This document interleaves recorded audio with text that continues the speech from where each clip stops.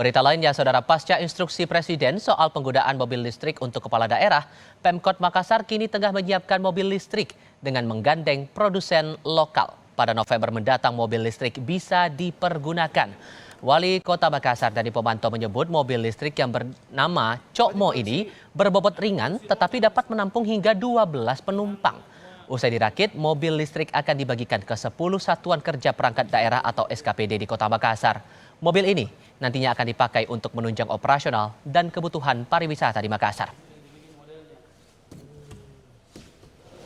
Yang pertama, kita sementara membuat Cokmo, itu mobil listrik, motor listrik TTR, dan saya kira mobil-mobil dinas harus kita masuk untuk mobil yang tidak tergantung dengan bahan bakar fosil, yaitu listrik. Juga kami juga mengambil kebijakan untuk ojol D kami jalankan juga, paling tidak mengurangi penggunaan BBM, yang kemudian penggunaan BBM itu kita pakai untuk mensejahterakan teman-teman ojol. Nah, jadi ada dua dampaknya bisa sekaligus.